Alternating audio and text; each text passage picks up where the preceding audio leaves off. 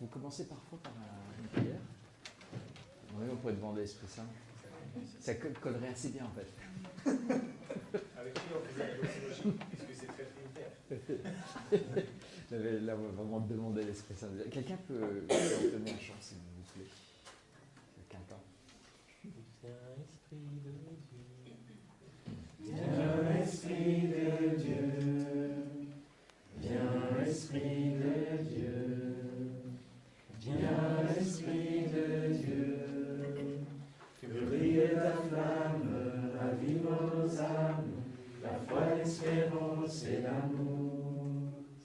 Que brille ta flamme, ravive nos âmes, la foi, l'espérance et l'amour.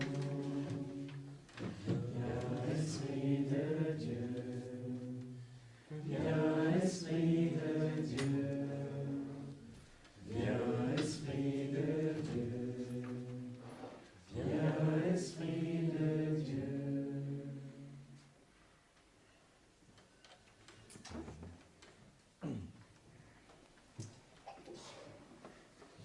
Il y a deux manières. Comment est-ce que vous voulez que je fasse? Déjà avec le micro. Comment est-ce que vous voulez que je fasse? Est-ce que vous préférez que je reprenne un tout petit peu ce qu'on avait vu hier sur les processions, surtout les dernières 10-15 minutes, là, où les cerveaux commençaient à fusionner? Non, pas fusionner, à entrer en fusion. Et éventuellement, je peux aussi boucler la partie sur les processions, donc peut-être 3/4 d'heure à peu près, et ensuite on prend des questions. Ou est-ce que vous voulez commencer par des questions? Je boucle. D'accord, ça vous remettra les choses en tête. Alors, je vais essayer en 5 minutes de redire la fin de ce qu'on a dit hier. Qu'est-ce que Thomas est en train d'essayer de faire? La Bible, d'après Thomas, dit qu'il y a des processions en Dieu. Le Père engendre le Fils. Les deux, le Père ou le Père et le Fils, font procéder l'Esprit, souffle l'Esprit, spire l'Esprit. Et puis il y a le mot procession qui vient souvent, au moins dans la traduction latine de la Bible. Le problème, c'est que ça voudrait dire qu'en Dieu, il y a une forme de composition. Ça met à risque la simplicité de Dieu.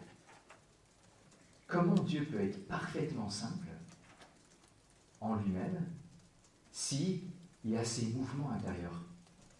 Comment c'est possible? Et il y a 2 étapes de raisonnement pour Thomas. La première, c'est quel est le genre de procession. Donc il va purifier le mot procession par rapport à notre connaissance terrestre de la procession. Ça va être une procession ad intra, donc sans altérité. Ça va être une procession qui n'est pas dans l'espace et même pas dans le temps.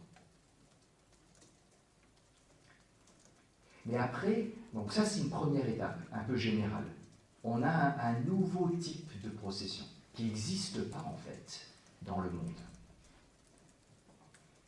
C'est-à-dire que purement, parfaitement, sans espace, sans temps, sans altérité, il n'y a pas.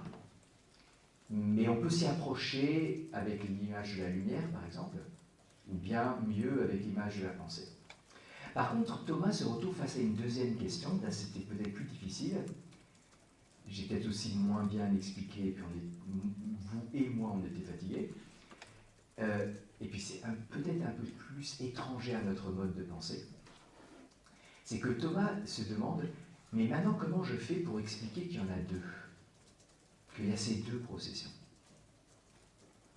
La génération, qu'il y en a 2 et que c'est ces 2-là. Une génération et une spiration. Comment je peux expliquer ça? À part le fait que la Bible le dit, donc ça devrait suffire. Mais c'est un théologien, il essaie d'expliquer. Et c'est là qu'il va il va faire une sorte de détour par l'analogie des processions mentales. Donc il hérite de la grande tradition, Apologète, Tertullien, Origène, tout le monde, Augustin, etc. Donc pour lui, ça va, c'est clair, on peut tout à fait utiliser ça pour dire Dieu. Surtout que, là c'est Augustin surtout qui souligne ça, nous sommes à l'image de Dieu. C'est la Genèse qui le dit. Donc c'est parfait. On a le droit d'utiliser cette image, puisque on est sûr que c'est à l'image de Dieu.